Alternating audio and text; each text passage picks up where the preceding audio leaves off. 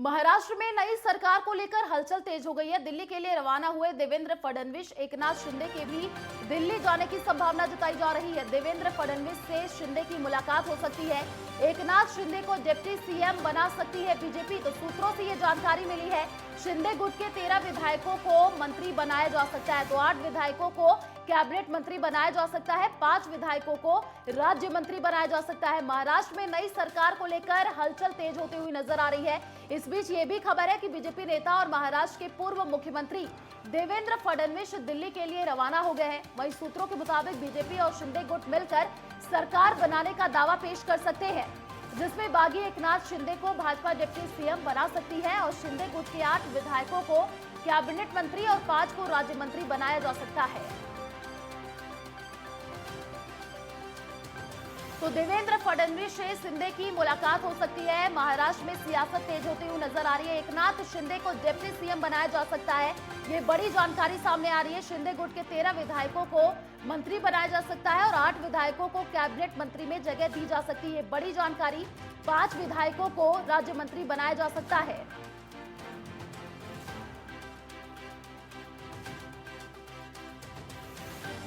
तो दिल्ली के लिए रवाना हुए देवेंद्र फडणवीस एकनाथ शिंदे के दिल्ली जाने की संभावना जताई जा रही है। देवेंद्र फडणवीस से शिंदे की मुलाकात हो सकती है। तो एकनाथ शिंदे को डिप्टी सीएम बनाया जा सकता है, ये बड़ी जानकारी सामने आ रही है। शिंदे गुट के 13 विधायकों को मंत्री बनाया जा सकता है। तो महाराष्ट्र में अब सियासत और भी गर्म होती हुई नजर आ रही है। आपको बता दें कि 5 विधायकों को राज्य मंत्री बनाया जा सकता है।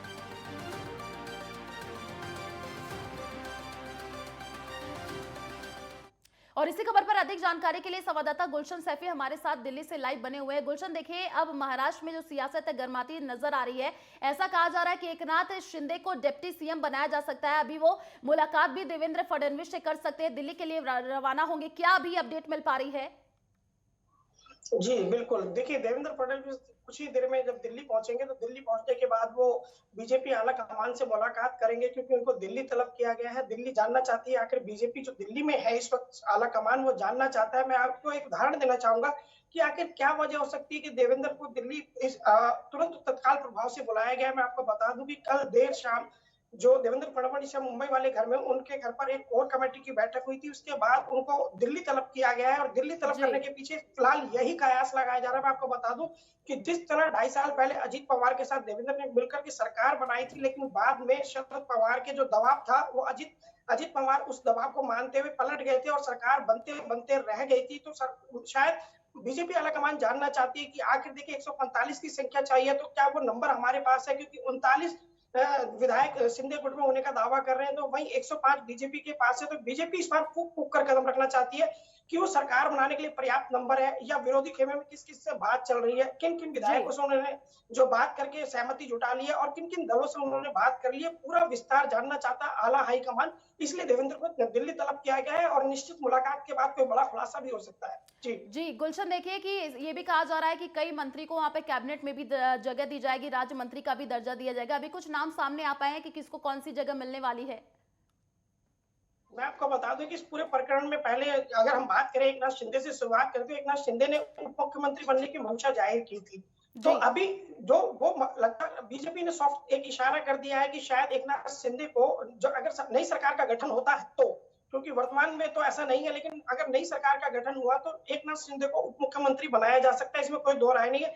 लेकिन पार्टी ने अभी नामों के पत्ते नहीं खोले। जो 8 मंत्री कैबिनेट होंगे और जो 5 राज्य मंत्री होंगे उनके पत्ते नहीं खोले। मुझे लगता है कि इसके पीछे बीजेपी की मंशा ये होगी कि अगर कहीं पत्ते खोल दिए तो बगावत ना हो जाए। जी देखिए गुलशन, उद्धव ठाकरे और एकनाथ शिंदे के बीच में तकरार तो देखने को मिल रही है, लेकिन अब ये लोग जानना चाहते हैं कि सीएम पद का उम्मीदवार कौन होगा। तो अभी क्या नाम सामने आ रहे हैं? बीजेपी सीएम पद का किसको उम्मीदवार चुन सकती है? देखिए इसमें भी कयास है, लेकिन कयास वो 100% ये माना जा सकता है कि देवेंद्र फडणवीस ही जो सीएम का चेहरा होंगे, क्योंकि पिछली बार भी अगर सरकार बननी थी जब शिवसेना से थोड़ा सा पार्टी की अनबन चल रही थी, उस वक्त भी देवेंद्र का ही नाम सामने आया था और इस बार भी 100% उम्मीद है कि देवेंद्र का ही नाम सामने रहेगा। जी चलिए, शुक्रिया गुलशन तमाम जानकारी साझा करने के लिए। शिंदे गुट के आपको बता दें कि अभी बैठक हो सकती है, देवेंद्र फडणवीस से मुलाकात करेंगे। तो दिल्ली के लिए देवेंद्र फडणवीस रवाना हुए हैं, ये बड़ी जानकारी। एकनाथ शिंदे के भी दिल्ली जाने की संभावना। तो शिंदे गुट के संभावित मंत्रियों के अगर आप नाम बता दें तो राजेंद्र पाटिल, बच्चू काडू, प्रकाश आंबेडकर, उदय सामंत, संजय रेमुलकर, शंभूराज देसाई, संजय शिरसाट, एकनाथ शिंदे, दादा भूसे, अब्दुल सत्तार शिंदे गुट के संभावित मंत्री बताए जा रहे हैं। आपको बता दें कि दीपक केसरकर, गुलाबराव, राजेंद्र पाटिल, बच्चू काडू, संदीपन भूमरे ये नाम सामने आ रहे हैं जिनको शिंदे गुट के मंत्री पद में जगह दी जा सकती है। तो शंभूराज देसाई, संजय शिरसाट, एकनाथ शिंदे, दादा भूसे, अब्दुल सत्तार ये नाम है जो शिंदे गुट के मंत्री में शामिल हो सकते हैं। ये बड़ी जानकारी। देवेंद्र फडणवीस से शिंदे की मुलाकात हो सकती है और महाराष्ट्र सियासत में आज का दिन काफी अहम माना जा रहा है क्योंकि शिंदे गुट के 13 मंत्री बन सकते हैं। महाराष्ट्र में नई सरकार को लेकर के हलचल तेज होती हुई नजर आ रही है। तो शिंदे गुट के जो संभावित मंत्री हैं उनके नाम आपको बता दें, दीपक केसरकर, गुलाबराव पाटिल, राजेंद्र पाटिल, बच्चू काडू, संदीपन भूमरे ये नाम है जिनको मंत्री पद के लिए आगे बढ़ाया जा रहा है। इनके नाम तो प्रकाश आंबेडकर, शंभूराज देसाई, संजय शिरसाट। तो महाराष्ट्र में नई सरकार को लेकर के हलचल अब तेज होती हुई नजर आ रही है। दिल्ली के लिए देवेंद्र फडणवीस रवाना हो चुके हैं और एकनाथ शिंदे से दिल्ली में उनकी मुलाकात हो सकती है। आपको बता दें कि एकनाथ शिंदे डिप्टी सीएम बन सकते हैं। ये बड़ी जानकारी सामने आ रही है। सूत्रों के हवाले से ये खबर सामने आ रही है, एकनाथ शिंदे डिप्टी सीएम बन सकते हैं। तो महाराष्ट्र में नई सरकार को लेकर के हलचल तेज होती हुई नजर आ रही है।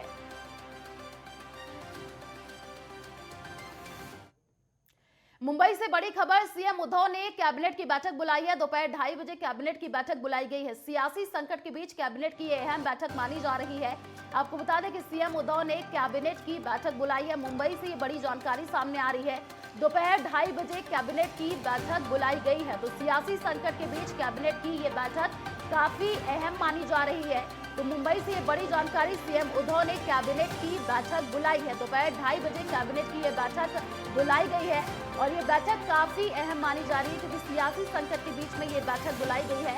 और अभी एकनाथ शिंदे की मुलाकात देवेंद्र फडणवीस से भी होने जा रही है। तो नई सरकार के गठन को लेकर के भी तैयारियां की जा रही है। तो उसी को लेकर के सीएम उद्धव ठाकरे ने कैबिनेट बैठक बुलाई है। तो सियासी संकट के बीच ये बैठक काफी अहम मानी जा रही है। दोपहर 2:30 बजे कैबिनेट की बैठक बुलाई गई है। तो सियासी संकट के बीच कैबिनेट की ये बैठक काफी अहम मानी जा रही है। मुंबई से ये बड़ी जानकारी, सीएम उद्धव ने कैबिनेट की बैठक बुलाई है।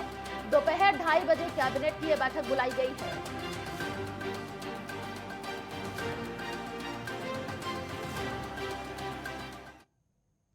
और इसी खबर पर अधिक जानकारी के लिए संवाददाता राजन मिश्रा हमारे साथ लाइव बने हुए हैं। राजन, देखिए लगातार मुंबई में जो सियासत गर्माती हुई नजर आ रही है, अब सीएम उद्धव ठाकरे ने कैबिनेट की एक अहम बैठक बुलाई है। 2:30 बजे ये बैठक होनी है, इसको लेकर के क्या जानकारी? बिल्कुल, देखिए महाराष्ट्र के जो राजनीति के जो सियासी संग्राम है वो कहीं से भी कम मोटे दिखाई नहीं दे रहा है।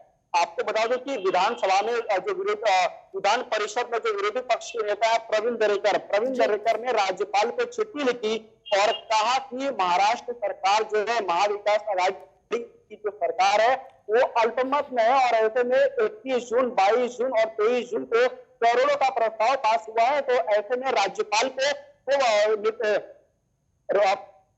राज्यपाल को प्रवीण दरेकर ने चिट्ठी लिखी और कहा कि आप जो है हस्तक्षेप करिए। और ऐसे में राज्यपाल ने मुख्यमंत्री उद्धव ठाकरे को चिट्ठी लिखी और पूरी जो है वो जानकारी मांगी है। और ऐसे में 3 दिन के अंदर राज्यपाल ने उद्धव ठाकरे से जवाब मांगा है कि आपने जो करोड़ों में जो प्रस्ताव पास किए हैं इसकी जानकारी मुझे दीजिए। और इसके फौरन बाद ही जो है आज यानी कि अब से ठीक 1.5 घंटे के बाद 2:30 बजे जो है उद्धव ठाकरे ने कैबिनेट मीटिंग बुलाई है जिसमें महाराष्ट्र सरकार में जितने भी मंत्री हैं, एनसीपी के हो, कांग्रेस के हो, शिवसेना के भी जो मंत्री हैं वो आएंगे। कैबिनेट जो बैठक होगी और उसके बाद जो है राज्यपाल को जवाब देने के लिए जो है वो जो है लिस्ट तैयार होगी। और क्योंकि 3 दिन का वक्त राज्यपाल ने महाराष्ट्र सरकार को दिया है। जी जी राजन, देखिए अभी ये भी खबर सामने आ रही है कि एकनाथ शिंदे की मुलाकात अभी देवेंद्र फडणवीस से होने जा रही है और ये खबर सामने आ रही है कि एकनाथ शिंदे को डिप्टी सीएम बनाया जा सकता है। हाँ बिल्कुल, देखिए अब इसी को लेकर चर्चा हो रहा है क्योंकि सुबह से खबर था कि देवेंद्र फडणवीस कभी भी दिल्ली के लिए रवाना हो सकते हैं और अब से ठीक करीबन करीबन 11 साढ़े 11 बजे जो देवेंद्र फडणवीस दिल्ली के लिए रवाना हो चुके हैं। जानकारी मिल रही है कि उनकी जो बैठक है वो अमित शाह के साथ भी हो सकती है और उसके बाद जो है जो गुवाहाटी में मौजूद है एकनाथ शिंदे और देवेंद्र फडणवीस की बातचीत होगी क्योंकि आपको बता दूं एकनाथ शिंदे के पास 40 से ज्यादा विधायक हैं और उनके पास जो 40 से ज्यादा विधायक है उनमें 8 मंत्री मौजूदा दौर में थे। तो ऐसे में जो है उनकी ये मांग है, देखिए दीपक केसरकर हो गए, अब्दुल सत्तार हो गए और भी ऐसे कई नेता हैं जो वो मंत्री पद चाहते हैं। तो एकनाथ शिंदे का जो नाम है वो मुख्यमंत्री के तौर पर जी चलिए राजन, आप बने रहिए हमारे साथ, लौटेंगे आपके पास। बढ़ते हैं अगली खबर की ओर। चंडीगढ़ से खबर सामने आ रही है, अग्निपथ योजना के खिलाफ प्रस्ताव होगा पास। पंजाब विधानसभा में प्रस्ताव पास किया जाएगा। 30 जून को योजना के खिलाफ पारित किया जाएगा प्रस्ताव। राज्य में आप और कांग्रेस कर रहे हैं प्रस्ताव का समर्थन। विधानसभा में फिलहाल बजट पर चर्चा हो रही है। बड़ी जानकारी, पंजाब विधानसभा में प्रस्ताव पास किया जाएगा। 30 जून को योजना के खिलाफ पारित किया जाएगा प्रस्ताव, ये बड़ी जानकारी। राज्य में आप और कांग्रेस कर रहे हैं प्रस्ताव का समर्थन, तो विधानसभा में फिलहाल बजट पर चर्चा हो रही है, ये बड़ी जानकारी चंडीगढ़ से सामने आ रही है। अग्निपथ योजना के खिलाफ प्रस्ताव पास होगा, पंजाब विधानसभा में प्रस्ताव पास किया जाएगा, तो ये बड़ी जानकारी सामने आ रही है। 30 जून को योजना के खिलाफ प्रस्ताव पारित किया जाएगा। तो राज्य में आप और कांग्रेस कर रहे हैं प्रस्ताव का समर्थन, विधानसभा में फिलहाल बजट पर चर्चा हो रही है, ये बड़ी जानकारी चंडीगढ़ से। अग्निपथ योजना के खिलाफ प्रस्ताव पास होगा, पंजाब विधानसभा में प्रस्ताव पास किया जाएगा, तो 30 जून को योजना के खिलाफ ये प्रस्ताव पारित किया जाएगा, ये बड़ी जानकारी। राज्य में आप और कांग्रेस प्रस्ताव का समर्थन कर रहे हैं। आपको बता दें कि विधानसभा में फिलहाल बजट पर चर्चा हो रही है। तो चंडीगढ़ से ये बड़ी खबर सामने आ रही है, अग्निपथ योजना के खिलाफ प्रस्ताव पास होगा, पंजाब विधानसभा में ये प्रस्ताव पास किया जाएगा। 30 जून को योजना के खिलाफ प्रस्ताव पारित किया जाएगा। तो राज्य में आप और कांग्रेस प्रस्ताव का समर्थन कर रहे हैं। विधानसभा में फिलहाल बजट पर चर्चा हो रही है। और इसी खबर पर अधिक जानकारी के लिए ईशा ठाकुर हमारे साथ पंजाब से लाइव बनी हुई हैं। ईशा, देखिए अग्निपथ योजना के खिलाफ अब यहाँ पे प्रस्ताव पारित किया जाएगा, इसको लेकर के अभी क्या अपडेट मिल पा रही है?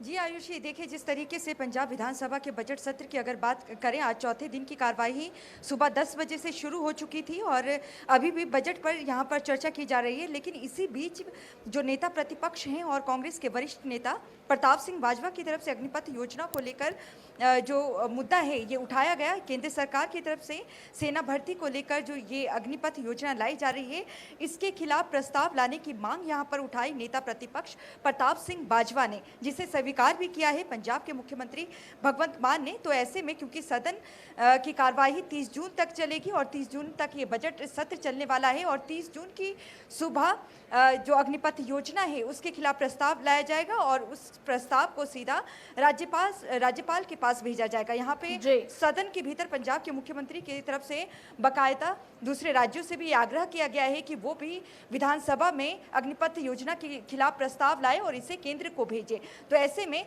जो स्कीम है केंद्र सरकार की, इसे कहीं ना कहीं जो नेता प्रतिपक्ष हैं कांग्रेस के प्रताप सिंह बाजवा, उनका कहना है कि जो भागीदारी है पंजाब के युवाओं की वो काफ़ी ज़्यादा रहती है सेना में और 7.8% के करीब भागीदारी पंजाब के युवाओं की है। लेकिन अगर अग्निपथ योजना आती है तो 2.3% जो है भागीदारी घटकर रह जाएगी। और उनका ये भी कहना है कि अगर हम बात करें देश की रक्षा के लिए, पंजाब के जो युवा हैं उन्होंने अपना सबसे ज़्यादा बलिदान यहाँ पर दिया है। तो ऐसे में पंजाब के युवाओं के हित के लिए ये योजना ठीक नहीं है, क्योंकि 4 साल के बाद कहीं ना कहीं युवा बेरोजगार की और उन्हें धकेला जाएगा। तो ऐसे में इस योजना के खिलाफ जो सरकार है 30 जून को प्रस्ताव लाने जा रही है और प्रस्ताव यहाँ पर पारित किया जाएगा। लेकिन इसी बीच अगर हम बात करें भारतीय जनता पार्टी की, जो बीजेपी के अध्यक्ष हैं अश्वनी शर्मा, उनकी तरफ से जब ये प्रस्ताव को स्वीकार किया गया कि प्रस्ताव लाना चाहिए, कब लाना होगा, तो ऐसे में उनकी तरफ से इसका